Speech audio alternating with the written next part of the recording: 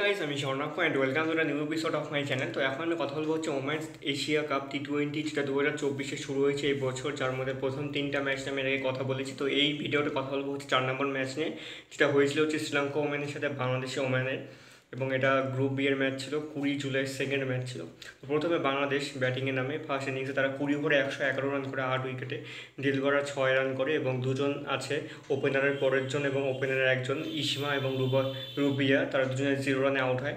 তারপরে নিগার, যিনি ক্যাপ্টেন, তিনি 48 রান করেন, এবং রেবিয়া 10 রান, এবং শোরনা করে হচ্ছে 25 রান, এবং প্রণব প্রণবাধানী করে প্রণবাধানী দুটো উইকেট নেয়, এবং প্রিয়াদর্শিনী দুটো উইকেট নেয় দুজনেই।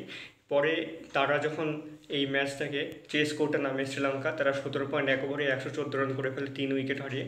হিসামি করে 51 রান, চামারি 12 রান, এবং হর্ষিতা 33 রান করে, এবং সে 3টা উইকেট নেয় হচ্ছে বাংলাদেশের নাহিদা নামে একজন প্লেয়ার।